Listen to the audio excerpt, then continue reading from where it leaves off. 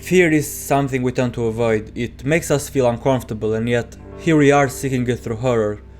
Why?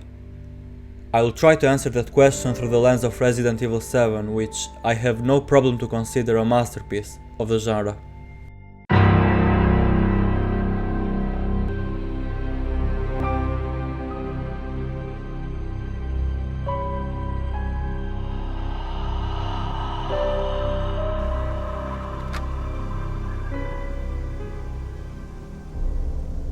Despite its ups and downs through the years, the Resident Evil franchise has always been a staple in the horror landscape. I mean, whether you like these games or not, the value of this IP is pretty much undeniable in my opinion. And sure, you'd also have the right to say that Capcom had lost its way with the last two releases. RE5 stepped back way too much from the fear aspect, while RE6 just didn't give a shit anymore. I kick you and you explode? God damn! We can't move this car. Yeah, we can. How about that?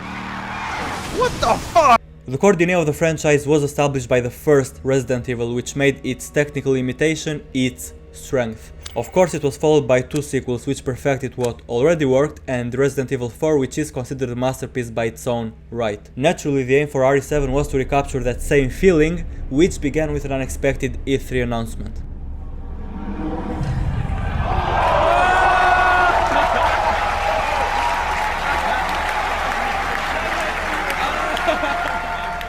A clear response from the fans, which obviously meant that Capcom was on the right path. However, the process that got to the cheerful crowd had been far from smooth. Changing the creative direction wasn't enough this time around. In fact, Capcom understood that in order to make a significant impact on the industry, especially in the horror genre, they also had to evolve on a significant technical level. The first obstacle they had to overcome related to efficiency. For the last two games they had to model an ungodly amount of 3D assets, a massive undertaking which could not be replicated for this project. The goal with RE7 was to achieve the shortest development cycle with the least amount of people involved and with the best looking graphics of any Resident Evil game up to that point. Before the assets, they needed an appropriate framework which obviously had to be designed from scratch with this new vision in mind. The RE engine was an essential step to integrate realistic graphics, first-person perspective and smooth gameplay all into one complete package. A small group of devs led by Kazuhiro Takahara was dedicated to this task while the rest of the team handled early pre-production. The direction of the game was unanimous, meaning it was important to gather as many viewpoints as possible. Every member of the team would contribute with their own ideas, which were to be filtered through one person only, maybe the most important one for this project. Jun Takeuchi had worked on the first Resident Evil game, therefore it made sense for him to be the one bringing the franchise back on track. まあバイオハザード6ってのは非常にいいタイトルではあったんですけど、いろんなヒーローが出て、バイオハザードファンからすると非常に、ハッピーな面白い、タイトルだった。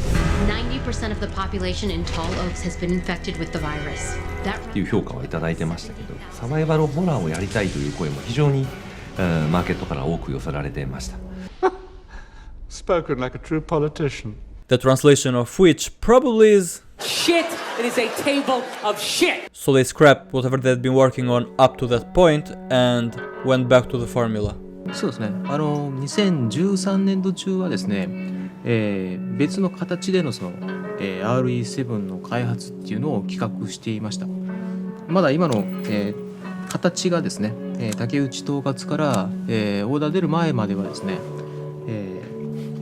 割と前回までのその6までの形が色濃く残った状態で、企画開発をしていましたが、どうもうまくまとまらなかったので。The project also needed a creative director, and Koshi Nakanishi, who had worked on the Revelation series, seemed like a suitable fit for the role.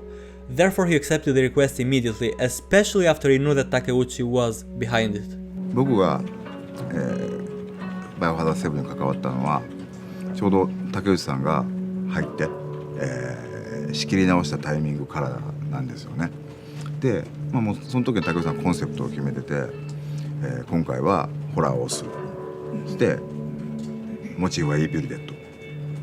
イービルデッドのように狭く深く、イービルデッドはご存知だと思うんですけど、登場するのは本当に山小屋一つでキャラクターも6人ぐらいしか登場しないんだけども、あれで2時間自分楽しませていると。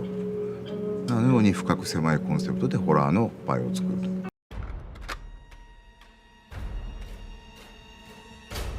Here's what actually happens when we are in a threatening situation. Our brain triggers fight or flight response. Excuse me, man, fight or flight? Pupils dilate, blood pressure increases, and the heart beats faster. These are all evolutionary responses which alert us when the body senses danger. Experiencing fear is a form of pain, so it's no surprise that our body responds by producing endorphins. The same thing happens when danger comes from our screen, in other words, when it's fake. In this case, however, you also have a safety net in the form of a safe environment. You know that you're just watching a movie or playing a game, which means that, along with endorphins, our body produces a rush of adrenaline and dopamine, which is what ultimately drives us towards this genre. On a neurological level, horror engages our amygdala, which is the fear center of the brain, and this cluster of neurons is essentially an alarm bell which helps us detect danger in order to avoid it.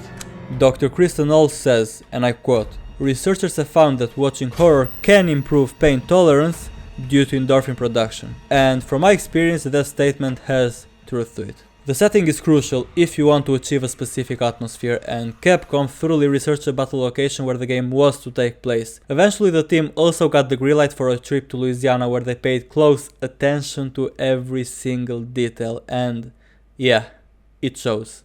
ルイジアナに舞台設定をしたのは南部ゴシック映画みたいなところがすごくやっぱりゲームのコンセプトと合ってるかなっていうところがあったので、そういうところの調査から入って、よくGoogle で見たりとかしてで、この辺の雰囲気がいいねみたいな話はしてたんですけど、でやっぱちょっと実際見てみないと雰囲気だとかそういうところがわからないなっていうところと、本当にこの雰囲気ロケーションがゲームで使えるのかっていうところをやっぱり一度確認したくなったので、それをちょっとお願いして、活かしてもらったっていうのがいきさつですと。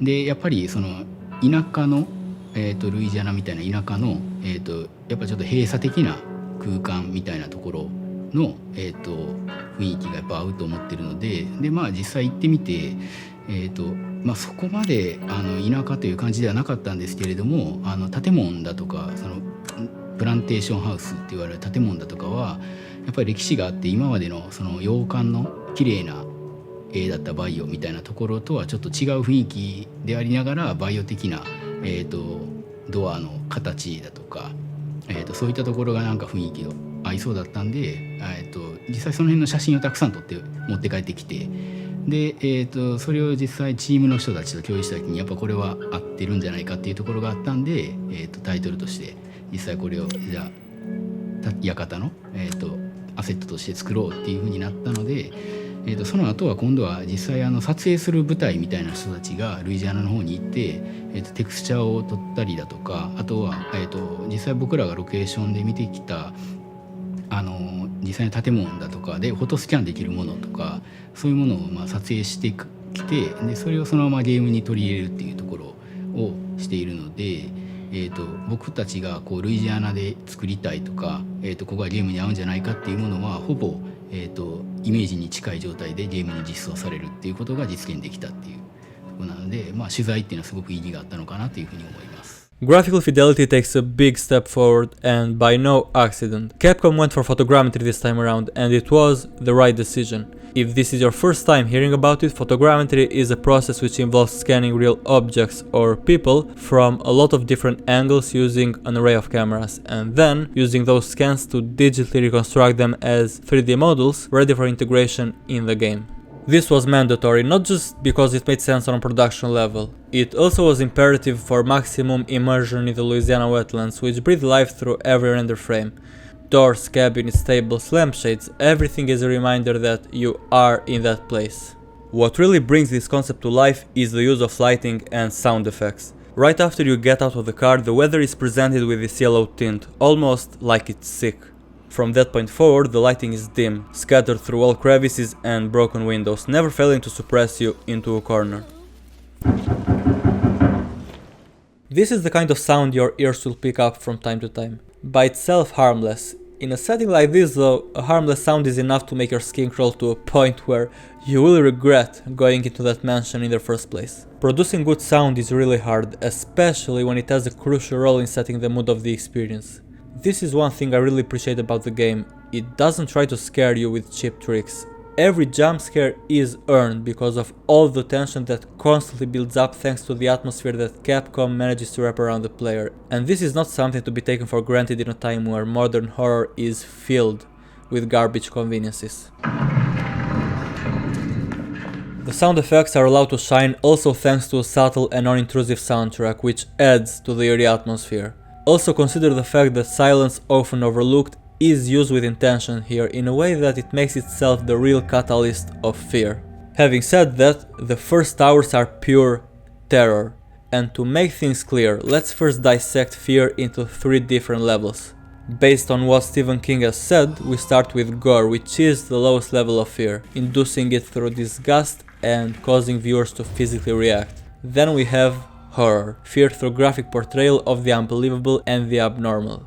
And the worst one is terror, manifesting itself in the form of imagination, where the suggestion of something unknown is enough to mess you up. Therefore, ambiguity is crucial to achieve this, and Resident Evil 7 does this masterfully. Half of the time you have no idea where you're going, what you're looking at, or what's behind that door that you've been dreading to walk into, while the unsettling environments only fuel this effect even more. Have you ever wondered why it feels a bit uncomfortable walking into a new place, even in your own basement in your own house? Well, that's partly because humans react to an environment based on familiarity. Also, the external environment often reflects our state of mind, therefore a room like this can easily be tied to some form of insanity. The unusual is scary, so we can think of terror as compound fear which doesn't go away. It continues to linger and we have no control over it. The only thing we can do is take action, which in this scenario can only take 3 routes. Is that there are really 3 responses to fear. You can pause, you can freeze essentially, you can retreat, you can back up, or you can go forward. And there's a single hub of neurons in the midbrain, it's actually not the midbrain, but it's in the middle of the thalamus, which is a forebrain structure. And depending on which neurons are active there's a much higher probability that a mouse, or it turns out, or a human will advance in the face of fear, or will pause, or will retreat. Now, that just assigns a neural structure to a behavioral phenomenon. But what's interesting is that it turns out that the lowest level of stress or autonomic arousal is actually associated with the pausing and freezing response. Mm-hmm. Then as the threat becomes more impending, and we used visual looms in this case, the retreat response has a slightly higher level of autonomic arousal and stress. So think about playing hide and go seek and you're trying to stay quiet in a closet that you're hiding. If you're very calm, it's easy to stay quiet and still. As your level of stress goes up, it's harder to maintain that level of quiet and stillness.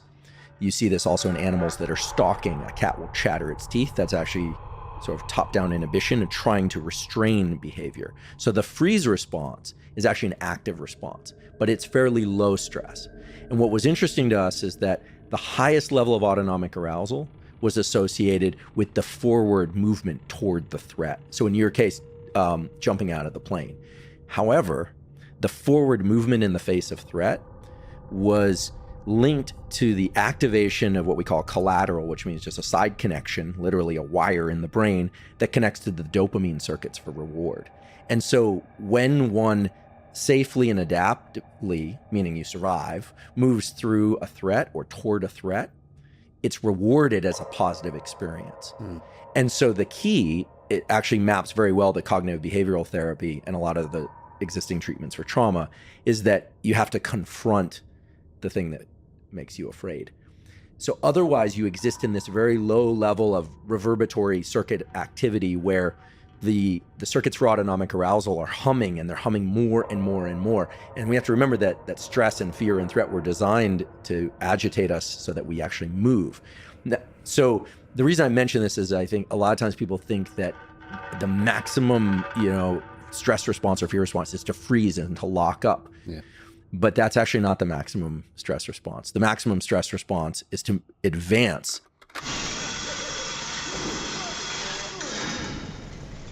In horror games, the focus usually goes on the mood, so as you can imagine, the gameplay was a very satisfying surprise for me. We're talking about an FPS, I know. However, I think there is depth in its simplicity, and it's no surprise because that is precisely what Capcom intended from the early stages of development. 私、バイオハザード1の開発も携わっていたんですが、やはりバイオハザード1の時はいかにプレイヤーに近い距離で恐怖を感じてもらえるかっていうところを重視して作っていた。あの当時の感覚をもう一度思い出すっていう作業に近かったと思います。イメージを切り替えるというよりももう一度原点の一番最初のバイオハザードはどういうふうに作ったんだろうということを念頭に置いて、そこに頭を戻していくって作業をしながらもう一度狭くて深いゲームを作ろうと。そしてお客さんの近くで、恐怖を感じれる、お客さんが自分に起こった出来事のようにサバイバルホラーを楽しめるゲームを作ろうというのがコンセプトでしたので、今回はそこの切り替えっていうよりは自分の頭を1990年代にグッと戻すっていうようなイメージで取り組みました。 When we think about survival horror, the tendency is to make the player feel as miserable as possible, and sure, that is a large part of the experience here. The risk with this approach, however, is overdoing it to the point where you just feel frustrated. Think about it, running away from a potentially fatal threat for 10 hours straight with no means of defense or retaliation can get tedious and tiresome. Resident Evil 7 definitely gives you that with a civil and untrained Ethan Winters with no idea about what awaits him behind those walls. Here's the big but, there is progression and it's tangible because the course of the story itself demands it. Even Ethan himself lets you know it at some point. Okay, you little bitch. Where the fuck are you? During the first hours, you obviously feel like a scared cub running away from a pack of hyenas. I mean, you're the average Joe in front of a family of homicidal lunatics, and the gameplay reflects just that. You are limited to basic movement, guarding, occasional attacks, and healing. This portion of the game can be quite challenging, not necessarily because of required skill, but because, depending on how easily you are affected by fear and anxiety, the progression might be subjective to a certain level. I've played this game 3 times now, and I remember during my first playthrough that overcoming those first hours, man, was kind of dreadful, honestly. My own shadow scared me at some point, and hearing my own footsteps, well, that didn't do shit to help, that's for sure. As far as difficulties go, you initially have 2 available, while the third one unlocks once you finish your first run. Madhouse is done quite well, I have to say. Enemies becoming bullet sponges, sure, a bit. However, there is also attention to loot placement. The drawer which had bullets before, it's empty now. That gun which got you out of a tight spot, well, keep looking. Even scarcity increases, so you better nail those headshots. The same goes for the enemies. Monsters don't just spawn in the same corner as before, which adds to the ambiguity that we previously discussed. You might think of this as a sigh of relief, when in fact it's kind of the opposite. The bakers are even more unhinged. Jack doesn't walk at you, he sprints at you. Also, the guy detects you way more easily and his recovery speed is increased. So you need to be more careful about where you hide and faster in searching the house. If you like spamming the save button because you constantly shit your pants, well, in this game you'll have a rough time because you can only do that using tapes which are scattered all over the place. Based on my 2 runs they are more than enough, however still something to keep in mind. All these changes, they may seem small, however the fresh feeling the game acquires thanks to them is not insignificant. It actually increases the replay value even more. Combine this with the fact that you'll never not feel scared during your run, and we have in our hands the horror evergreen in my opinion. Movement is great for the most part, except Ethan, who feels a little too slow. By making him more vulnerable, Capcom probably saw it as a way to increase tension and anxiety, which I admit kind of worked for me. However, at times it felt nerve-wracking, especially when you have progressed quite a lot and you're just like, just stop! The parry is good enough, it gives a bit of freedom to the combat and it's a good way to preserve first aid, which is always useful. Not to mention that during some sections in the Madhouse difficulty, defending yourself becomes imperative. You can't have survival without crafting, which is never going to be realistic, and it doesn't have to in my opinion. When you implement this mechanic though, it needs to be intuitive, versatile, and most importantly, it has to be fun. Here you have just enough combinations to help you get through the night, and it feels great. It also gives purpose to exploration, which I always love to do in any game. And this leads to item management, which has always been part of the Resident Evil franchise. In RE7 is challenging enough in the beginning, only to get slightly easier as you start to expand your inventory capacity. Aid, bullets, burn fuel and psychedelics. These are the 4 possible combinations, followed by an upgraded version using the strong chemical. You fucked up? Well, the separating agent allows you to recover chemical units if you need to craft something else. Another thing you have available, in a limited amount of course, are steroids and stabilizers, where the former serves to increase maximum vitality and the latter gives you higher reloading speeds. Finally, we'll talk about shooting. I really thought about this, and in my opinion it's perfect. Like every asset in the game, guns look great, they sound accurate and they feel even better. The shotgun and the magnum especially give you satisfaction that is second to none. All that built up tension gets released with every empty shell. You might think of this as overpowering, hence lowering fear and tension. Not at all actually. You see, while the story goes forward, all that comes organically. Plus, the new situations you're in demand it, so the game gives you the options, but it never feels out of place or forced. It feels right. Of course you start small. A basic handgun is all you get in the beginning, which is enough, but you won't have a sense of security with that one. You need a shotgun. The game makes it hard for you anyway because you don't find strong ammo as easily, so you can't rely on gunpowder that much. The flamethrower was maybe the only weapon that felt like wasted potential. You only use it against Marguerite and her bugs really, then you throw it in the inventory and forget about it since it becomes obsolete. The grenade launcher brings back the smile though, not to mention it becomes quite handy. There are also a couple of broken weapons requiring a repair toolkit in order to be used, which means, you guessed it, more exploration. I know I'm repeating myself, but this game knows what it is, yet it doesn't hold the player back. It allows you to feel capable and powerful, which not only doesn't ruin the experience for you, but adds more to it.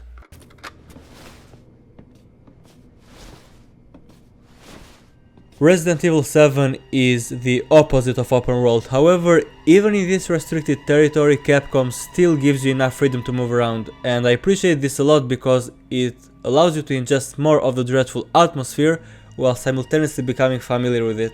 Additionally, it gives you agency on what to do next, which is always a good thing. Exploration is a big component here, not just because of the reasons mentioned above, but also because yet again, it's a requirement induced by the story. You need to get out of the house, after all. You need those dog heads, and that shotgun is low-key firing me up, so of course I'm gonna find a way to get it.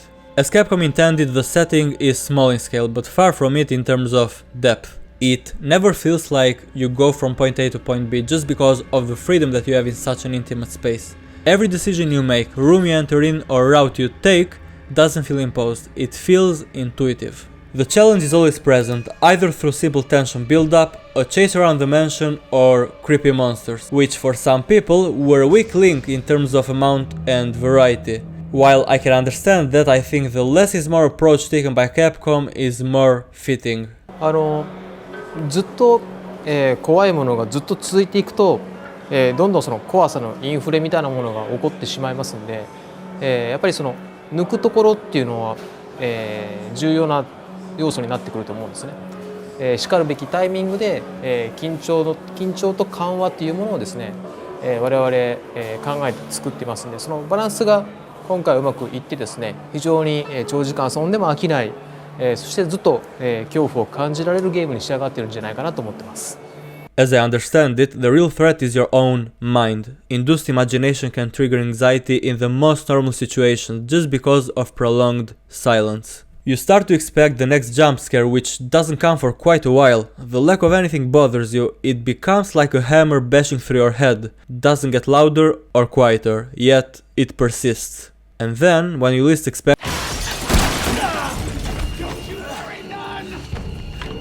サイレンスを使うタイミング、一つは、今までこう音がずっと鳴り続けることで、ユーザー、プレイヤーはある程度こう道筋というか、その手すりを捕まった状態でゲームを進行してると思うんだけど、例えば環境音が鳴る、自分の足音も聞こえたりとかすることで、自分が今どういう状況か、どういう周りにいるのかっていうのが分かってる状態で進んでると思うんだけど、そのタイミングで無音にポンってしてあげる、要はサイレンスをかけてあげると、今までその情報があったものが一切バッとなくなってしまうのね。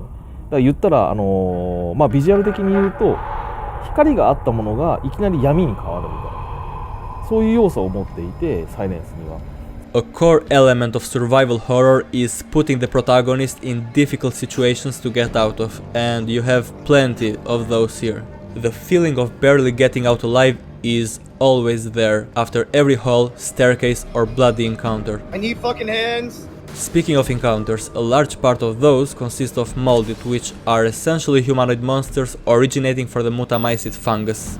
These lovely things come in 4 types, each with its own movement pattern. However, they all share one common trait, which is that wobbly and erratic attitude.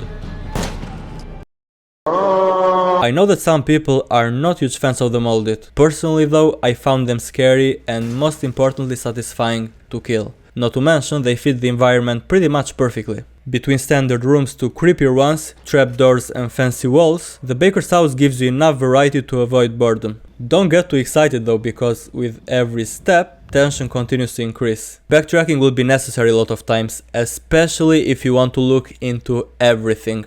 And backtracking in this game has weight, man, to a level where your brain just wants you to speedrun through this shit. Luckily you can always rely on the save room and its music, which here is so good, gloomy and ominous, but also calming and hopeful. If you need a moment to breathe, you'll find it here. If you like slasher movies like The Shining, then you'll love Jack Baker or hate him, depending on how you look at it. Part of the reason why Resident Evil 7 is such an effective horror experience is that it doesn't reinvent the wheel, it does the basics and it does them well. To ensure this, Capcom took a lot of inspiration from different genres of horror. I mean, this entire sequence, from the environment, the confrontation and the hysterical interactions, screams Texas Chainsaw Massacre and Evil Dead. で、僕はやっぱり昔からスティーブン・キング好きだったから、そのシャイニングっていうのがやっぱりそのすごくインスパイアのやっぱ元にあって、あれってやっぱジャック・ニコルソンがジャック・トランスっていうキャラクターを演じてるんで、両方ジャックなんですよね。でそこからやっぱりジャック・ベイカーって名前を付けたぐらい好きなんで、やっぱりそれで今までのなんかバイオのモンスターとやっぱり一つ違う、その人間なんだけどモンスターっていう2つの側面を持ったキャラがやっと作れたかなってのは思ってます。Jack Baker is a great Jack Torrance. He is scary, resilient and relentless. The fucker does not die. But he's also hilarious, which kinda surprised me.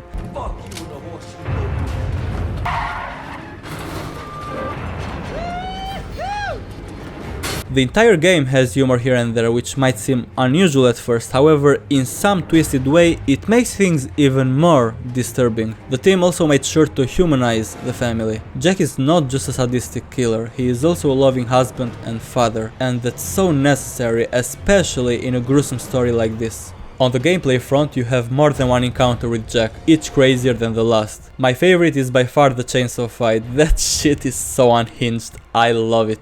For you sick bastards out there who like body horror, there's plenty of that thanks to Marguerite. Her sections are disturbing and gross to say the least, especially if you hate bugs, you're gonna have a hard time with her. The fight is constructed to drain your ammo, but once you understand her weakness, you'll finish quickly.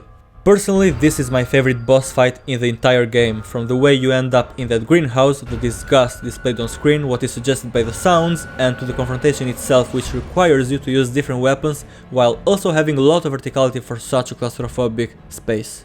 Lucas gives you exactly the Jigsaw treatment, and while action is still present, it's not the priority. There is some pretty memorable moments here where the main show is the birthday party. When you find a certain tape which shows you what you need to know, it almost feels like you pulled the Uno reverse card on him. This section also reveals the sadistic and psychopathic nature of Lucas, and the important thing to mention here is that he was messed up from an early age, way before the infection took place. I mean, the guy locked his friend in the attic and left him there until he was rotting. I think this is a good way to show that pure evil can be intrinsically found in human beings, making the game feel more grounded and real.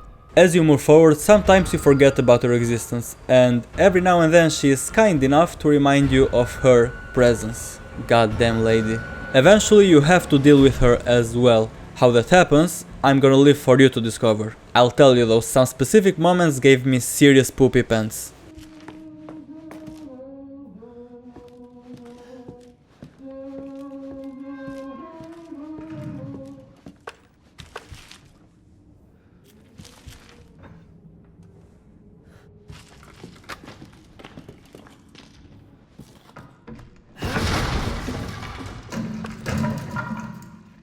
Another reason why we like horror is that our curiosity has the tendency to overcome fear if the presented narrative is engaging enough. We are scared, but at the same time we want to know what happens to the characters and how the conflict gets resolved. So, while endorphins relieve pain as it's being experienced, dopamine motivates us to push through challenges and provides a reward for doing so. Resident Evil 7 brings exactly that dynamic to the table, and it does so extremely well. The very first cutscene implies mystery, and it only increases with every note that you read, every item that you examine, and the deeper you go, the more invested you get. The premise of the story is simple. Ethan Winters gets a sudden email from his wife Mia, who disappeared 3 years ago and now seems to have reappeared in the Baker residence located in Dalvey, Louisiana. You have to find her and get the hell out of there. Ethan is one of the smaller problems with this game. Fewer. Pardon? He is essentially a blank slate, and I believe intentionally so by the writers. He has no personality or character development, and with a first-person perspective in mind, it seems to me like Capcom wanted to make the player the actual protagonist by turning Ethan into a placeholder basically. Does it work? Yes and no. The idea isn't bad on paper. I actually felt more immersed in the horror because of Ethan being almost non-present. However, the problems start when the story wants to flesh out his relationship with his wife. Even as it is, you don't get enough time with him and Mia to really care about their marriage. Thankfully, the struggle is tangible to a point that you kind of forget about this issue and you just go along with it. Speaking of Mia, it turns out that she has been lying the whole time about her occupation, and it's shown through a substantial gameplay section rather than notes or dialogue. This gives quite a bit of structure to the plot, answers some questions, and adds nuance. The writing is as good as it can be for this kind of game. The storytelling is mostly visual anyway. I'm talking about stellar environmental design, which is also enriched by found footage type horror. There is dialogue, don't get me wrong, but I feel like the environments by themselves speak way more clearly than any word exchange can. You understand that something messed up has happened here and someone or something is responsible. Sure enough, in the final stages you find out what, who and why through a lot of written material, which honestly was really interesting but felt a little weak. Maybe a similar approach to Mia's section was needed to make the conspiracy feel more tangible. The reason was probably the lack of time. Capcom was already on a tight schedule, so adding more playable sections was impossible without a delay. Towards the end of the story, Jack gives a valuable explanation about all that mess, and if you listen carefully, it seems like they aren't mind-controlled like standard zombies. Instead, the mold is like a gateway which leads to their most violent and vicious nature. They are still influenced by an external entity, however, it's not as oversimplified, and this gives them and the story some extra depth. The resolution gives enough answers to be satisfied, and despite some loose ends here and there, Resident Evil 7 offers a story worth following from start to finish. In its simplicity, it not only gets the job done, it also does it in a way that leaves you with a desire to replay it more than once. I also want to mention the work done by the voice actors, who give distinctive personalities to every member of the Bakers, and that poor bastard wins the award for Best Desperate Scream.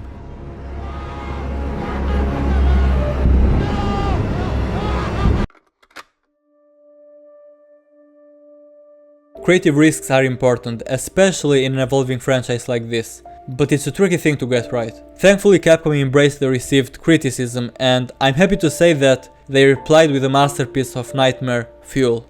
Resident Evil 7 reinvigorates the franchise by going back to its roots and giving it a fresh spin in terms of presentation, story and level design. This approach had a massive success, so of course Capcom would continue with a sequel, which I will definitely cover in the future, but for now, we'll leave it at that.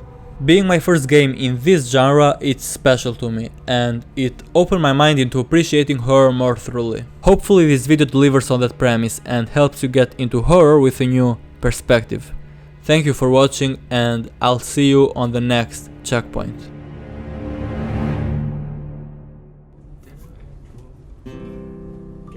Okay. Go tell Aunt Rhodey, go tell Aunt Rhodey, go tell Aunt Rhodey, old Grey Goose is dead. 結んで開いて手を打って結んでまた開いて手を打ってその手を上に Roddy, go tell Aunt Roddy, go tell Aunt Roddy, everybody's, everybody's, everybody's,